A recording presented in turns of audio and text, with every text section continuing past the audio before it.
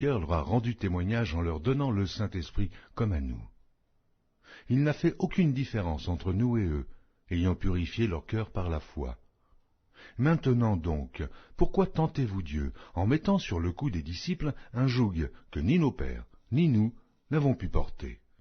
Mais c'est par la grâce du Seigneur Jésus que nous croyons être sauvés de la même manière qu'eux.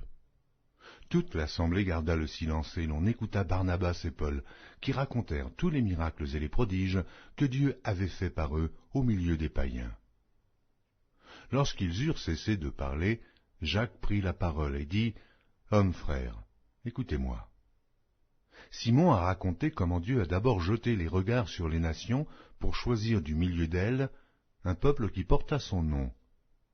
Et avec cela s'accordent les paroles des prophètes, selon qu'il est écrit, « Après cela, je reviendrai, et je relèverai de sa chute la tente de David, j'en réparerai les ruines, et je la redresserai, afin que le reste des hommes cherche le Seigneur, ainsi que toutes les nations sur lesquelles mon nom est invoqué, dit le Seigneur, qui fait ces choses, et à qui elles sont connues de toute éternité.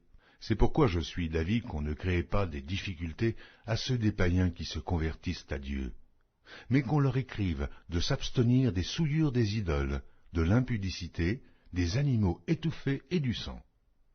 Car depuis bien des générations, Moïse a dans chaque ville des gens qui le prêchent, puisqu'on le lit tous les jours de Shabbat dans les synagogues.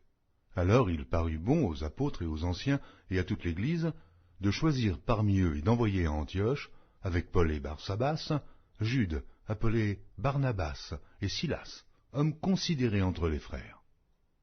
Ils les chargèrent d'une lettre ainsi conçue.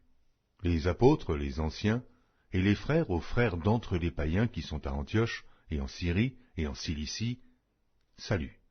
Ayant appris que quelques hommes, partis de chez nous, et auxquels nous n'avions donné aucun ordre, vous ont troublés par leur discours et ont ébranlé vos âmes. Nous avons jugé à propos, après nous être réunis tous ensemble, de choisir des délégués et de vous les envoyer avec nos bien-aimés Barnabas et Paul, ces hommes qui ont exposé leur vie pour le nom de notre Seigneur Jésus-Christ. Nous avons donc envoyé Jude et Silas, qui vous annonceront de leur bouche les mêmes choses. Car il a paru bon au Saint-Esprit et à nous de ne vous imposer d'autre charge que ce qui est nécessaire, savoir de vous abstenir des viandes sacrifiées aux idoles, du sang, des animaux étouffés et de l'impudicité, toutes choses contre lesquelles vous vous trouverez bien de vous tenir en garde. Adieu.